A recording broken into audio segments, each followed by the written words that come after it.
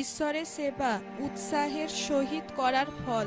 যেভাবে পবিত্র বাইবেলে যাত্রা পুস্তক 36 অধ্যায় 2 পদে লেখা আছে যে পরে মসি বৎসলেল ও অহলিয়াবকে এবং সদাপ্রভু যাহাদের হৃদয়ে বিজ্ঞতা দিয়াছিলেন সেই অন্য সকল বিজ্ঞমনা লোককে ডাকিলেন, অর্থাৎ সেই কর্ম করিবার নিমিত্তে উপস্থিত হইতে যাহাদের মনে প্রবৃত্তি জন্মিল তাহাদিগকে ডাকিলেন। প্রিয় ভাই বোন, এখানে ঈশ্বর বলছেন যে তিনি বৎসলদের অর্থাৎ যারা জিহুদা গোষ্ঠীর লোক এবং অহলিয়াব অর্থাৎ যারা দান গোষ্ঠীর লোক তাদের কথা বলছেন।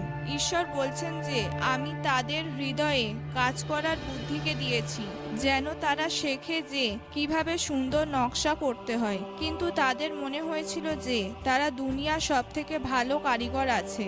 ঈশ্বর বলেছিলেন যে তাদের কাছে বুদ্ধি আছে, আর যাদের মনে ঈশ্বরের সেবা উৎসাহের সহিত করার ইচ্ছা আছে তারাই আগে আসুক। বাইবেল বলে যে যখন আমরা আমাদের পুরো হৃদয়, মন, প্রাণ, বরদান ও শক্তি দিয়ে ঈশ্বরের সেবা করি তখন আমরা আমাদের জীবনে ছুটকারাকে পাই আর অনেক আশীর্বাদ প্রাপ্ত হই। আমরা জানি ঈশ্বর হর এক ব্যক্তিকে বরদান দিয়েছেন, আর সেবা করা সবার জন্য সহজ নয়। ঘর থেকে বেরিয়ে চার্চে আসা এবং সেবা করা আর শয়তানের সাথে প্রতিদিন লড়তে হয়। যদি ঈশ্বরের রাজ্যে প্রবেশ করতে চাইছেন তো এটা অতটা সহজ হবে না। যখন একজন যোদ্ধা লড়াই করার জন্য যায় তখন তাকে বোঝানো হয় যে যখন তুমি লড়াইয়ের জন্য যাবে তো তুমি এটা বলবে যে আমি মরার জন্য প্রস্তুত আছি। অর্থাৎ তাকে এইভাবে তৈরি করা হয় যে যদি তুমি মৃত্যুর পথেও যাও তাও তোমাকে তৈরি থাকতে হবে।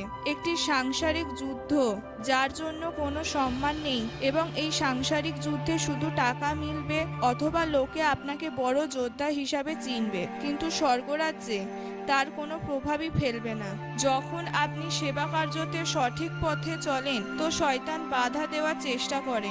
আজ কোনো বিশ্বাসীদের যদি কোনো ছোট সমস্যা হয় তো সেবা করা ছেড়ে দেয়, কিন্তু প্রভু যিশু বলেছেন যে আমি ভীতু লোকদের ঈশ্বর নয়। তিনি বলেছেন আমি তোমাকে সাহসিকতার আত্মা দিয়েছি।